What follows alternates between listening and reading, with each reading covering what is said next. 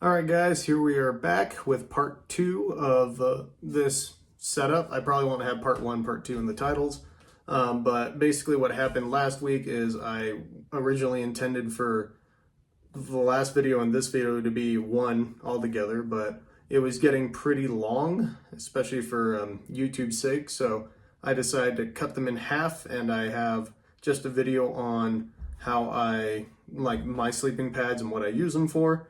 And then now I'm going to go back and talk about how I pair up my sleeping pads with my sleeping bags in a complete camping setup. So that's what this video is going to be all about.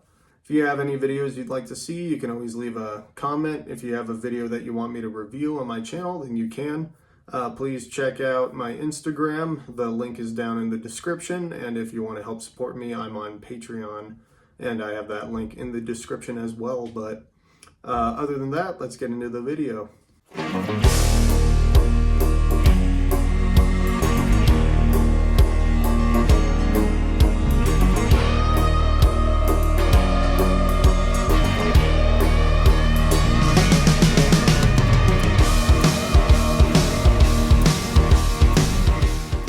I got a nice clean floor here. Let's talk about kind of my winter setup first off. So starting with the X-Therm pad right here. So in winter, we're looking at, let's just throughout the whole season, right? We're looking at stuff like sleeping on snow in a tent or in a snow cave. But so it's going to be on snow, period. And so I think about that when I'm setting up my insulation. The whole point of sleeping pads are to insulate you from conduction, I think that's the right word, where your body heat gets lost to the ground.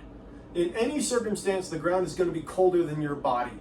You know, maybe when you're sleeping right on the equator in summer, it's not that big of a deal. But most of the time camping in America, the ground is going to be like 32 degrees or to 55 degrees, somewhere around that temperature, and your body's 98 degrees. So no matter what, you're going to lose some heat to the ground. And so by putting a barrier in between us and the ground, we help, stay comfortable. So by increasing that barrier on the ground, we can help save us some warmth.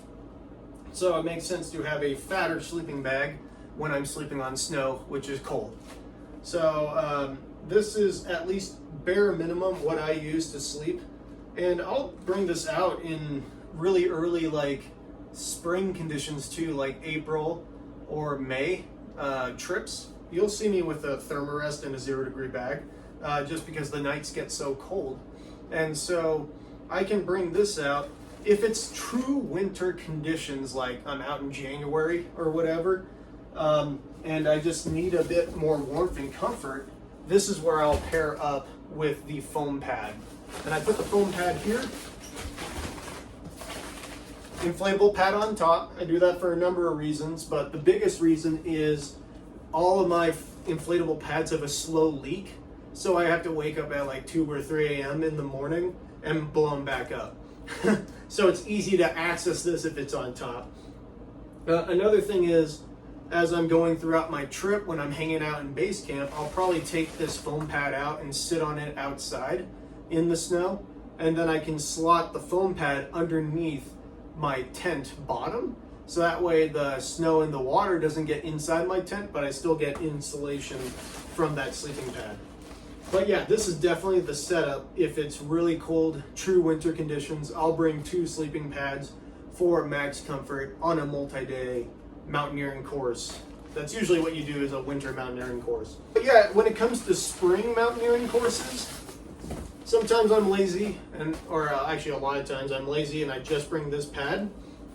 And then I'll pair it up with my 0-degree bag, which I have right here. So this hookup right here is quite warm, and this keeps me happy from April, May, early June, and then I may change things up. Actually, the amount of times you see me with this system in the mountains is pretty limited to really early trips like March, April, May. And then when I get into June, I may do something like keep the sleeping pad and switch the sleeping bag. So now I have a slightly different system right here. I still have that thermarest pad underneath, with the winter pad, but I have a lighter sleeping bag. This is a 15-degree bag.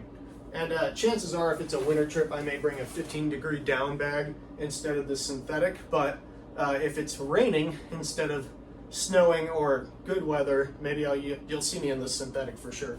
So you'll see me in this setup a fair amount, a little bit more than this pad with this sleeping bag. But this setup, I use a little bit more into those early June trips, or like halfway through May into early June. As the temperatures get warmer and the snow goes from more like powder wintry snow into more of that spring corn type stuff, you'll see me sort of switching into a less warm bag, but I keep the same warm pad. At some point through that season, I'll decide to switch up the pad. So I take this, it's not winter anymore, this is moving into mid-spring to late spring, and more or less throughout the summer, but I switched to my X Lite pad. So I use this for, I'll still sleep on snow with this. Sometimes I'll bring this and pair it with a sleeping pad, so that way I may not get as much R value as my Thermarest with the sleeping pad, but it equals about the same R value as that Thermarest alone if I bring this and a sleeping pad. And then that gives me two pieces of equipment to use whatever I want with. Maybe I still want that sleeping pad as a bench while I'm in my little dugout snow kitchen or something. So it gives me a few more options, and I still stay warm at night. It just gives me more options. So it's not a combo you see me with a whole lot to rock this pad and a foam sleeping pad, but it can happen for sure. And I may consider pairing this pad up with this really cheap, thin pad. That's not as good as my other foam pads, but if I just want a little extra insulation, this packs down smaller and probably weighs a little bit less than something like this more burly, warmer sleeping pad. And all I want to do is just add a little warmth to the sleeping bag below while I sleep, and have something to sit on when with the snow outside during the day. So with my timeline, I may have the X-Therm pad and my 15-degree bag, and that would be like maybe that late May. It could be as early as late May into mid-June, and then as soon as I can, I'll switch out the 15-degree bag, throw that in the switch out pile, and then move to my 30-degree bag. Now I've switched from a thicker sleeping pad and a thicker sleeping bag to a thicker sleeping bag and a mid-weight sleeping bag, and now I'm at my more lightweight sleeping pad and my lightweight sleeping bag. And this is probably something that I'll continue with throughout the year. You know, it's from that mid to late June, July, August, and into September, where the process then reverses, and I switch out the sleeping bag to my mid-weight sleeping bag, and then I'll add in that Thermarest if need be, and probably roll with the 15-degree bag throughout the end of the season. And then once winter hits, I go right back into the heavy system. So you can see how I kind of systematically opt these things out. A new thing that I've started doing is when it gets really warm, like I mentioned earlier, I'll switch to a 3/4 length pad of one of these and use my backpack underneath my feet. And I'll probably roll with the same sleeping bag. I keep that same 30-degree throughout the whole year. I do have this worn out sleeping bag right here, which is more of a 40-degree bag, so I may switch into a 40-degree bag when temperatures get really warm, you know, during mid-July and August and stuff like that. So just trying to get away with the lightest sleep system. I also have a 3/4 length foam pad. So you may see me outside during those warmer months with a foam pad, either full body length or 3/4 length. And that's my main sleeping pad for that time of the year. And that's just so that way I can help save wear on my inflatable pads. All of these inflatable pads that you see in this video have slow leaks. So I have to blow them up at least once during the night, and I've kind of gotten used to that. Or sometimes twice, you know. So that kind of sucks. But the nice part is I can send these back to Thermarest and then they'll give me a new pad or fix that pad. Another option that I brought up earlier is this pad. So just because this one's been popped for a few years, I kind of keep on forgetting about it. But this pad right here, combined with my 30-degree down bag, is also a really good combo. And this could be when I want full body length coverage, because this is a full body length.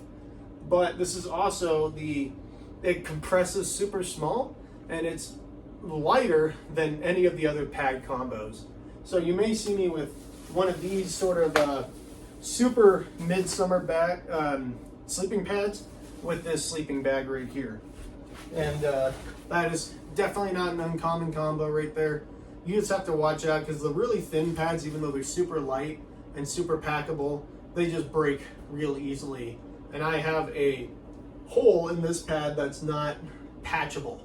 It's just not gonna work to patch it. So that's why it's just always deflated. And I've kind of moved away from using it in my system. But you could think like height of summer, and then the X Lite could be more shoulder seasons, and then you have the X Therm for winter. That's an easy system to have, and pairing it up with your sleeping bags. So there are little tricks that I've done in my past too, like when I know I've been sleeping on snow and maybe the weather's not that great or it's a little bit colder, I have just brought this sleeping pad and a lighter weight sleeping bag. I've used this combo before, and since I knew it would be a little bit colder, I just took my backpack and put it underneath my torso. So it's not as comfortable for sure, but you definitely save insulation by doing that, and you don't have to bring as many things. So if I've done this, I used to teach this course a whole lot in Washington, where we would go into Boston Basin for 5 days and 4 nights, and the first 2 nights were usually on dirt in the lower camp, and so there I could just do whatever I wanted, you know. So I could bring this system, 30-degree bag, X Lite, and I'm totally comfortable on the ground. But then the next 2 nights are up on the Quien Sabe Glacier. We sleep there. And so I would, instead of having like a separate pad or bringing a fatter pad, for those 2 nights, I would have this set up and then slide my backpack underneath my torso and lay on that. And, you know, maybe it's a little less comfortable. I didn't really mind it that much, but, you know, for some folks it may be a little less comfortable, but it helped give me a little bit of extra insulative value, so that way I still slept most of the night. And there were other things too, like once my pad deflated throughout the night, I would feel it more, but then I just blow the pad up and then I'd be good to go. Another thing, some of you guys may think that these pads aren't really that warm. The real key to getting the full insulative value out of these things is to blow them up firm. A lot of these pads come with bags now, but so the big thing is, especially if you're sleeping on snow, is you blow this up really firm and then you let it sit on the snow for like 15 minutes. The air inside, since it's warm, it'll compress a bit. Then you walk in, blow in some more, top it off, and then you have a nice firm pad and you get the full insulative value out of these sleeping pads. It's not great as far as comfort. If you're sleeping on the ground, you can do the whole like blow it up all the way and then just let out enough air until it's more like a waterbed. But you're obviously not as warm, but you have more comfort.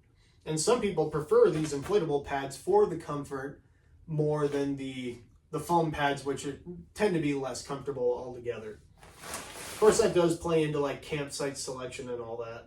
If you take a look at the valves here, here's the old design of the sleeping pad. This is one that you truly just blow in and out of.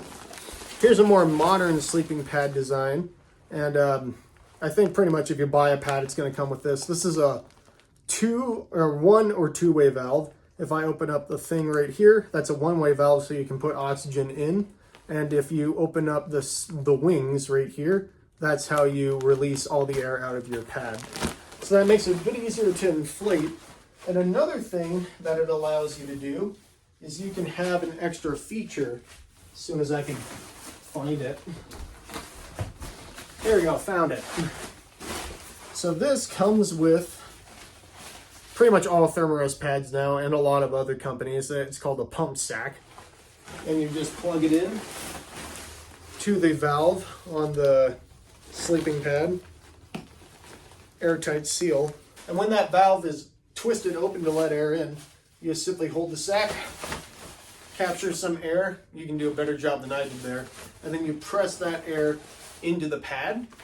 And that has a few, there's a few benefits to that. One is you don't get lightheaded from blowing up your pad, which is pretty nice. And the other thing is you're putting more ambient temperature air into your sleeping pad. So the air inside won't compress as much with exposure to the colder ground beneath. So that's kind of a nice thing. Another advantage is when you do blow into the pad, your humid breath goes in here and can condense on the side of the pad. And you can get like mold and crap growing on the inside of your pad. So that air sac right there prevents that issue. So it's pretty nice. Pretty much all sleeping pads nowadays that are good will come with like a pump sac, and you can keep that with your sleeping pad. I mean, I feel like that's everything that is worth saying in this video right now. You can see how I sort of choose my pad and my sleeping bag carefully, and maybe add in this or that and mix and match what I have from my selection in order to find what I want for my trip. This amount of pads can be excessive. It takes a while to build up this much, but I think a good quiver could be for someone who doesn't go out during the winter or doesn't go overnight winter camping. Just have one pad like the X-Lite, and that'll get you through everything. You can start with the X-Lite.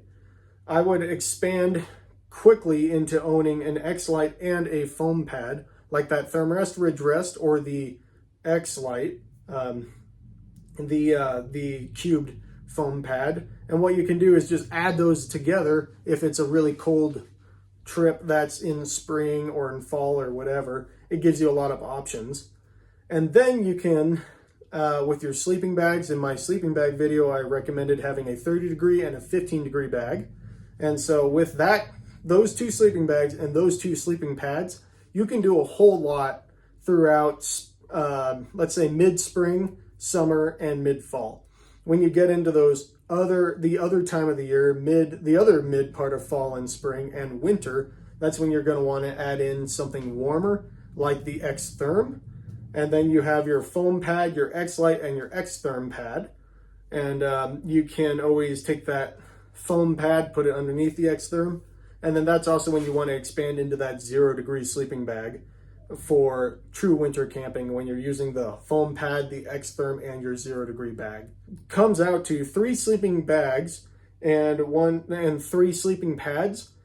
And you can do just about anything in the lower 48 apart from these crazy conditions like negative 40 degree temperatures in Yellowstone or something like that. Of course, if you're at the point where you're doing that, then you can select that gear for that exact circumstance, and you won't even need my video in the first place. Yeah, so I'm gonna get to work to clean up my apartment now. All my crap is just strewn about everywhere. If you like this video, please consider subscribing, and if you want to help support me, a link to my Patreon is in the description below. Please stay tuned to my channel. I try to post a good amount of videos about all sorts of topics: climbing, camping, skiing. Well, I mean, climbing is my main thing, but all sorts of climbing, outdoor stuff in general. And yeah, I'm just trying to make the outdoors more enjoyable for you. So thanks for watching, and I'll see you guys in the next one.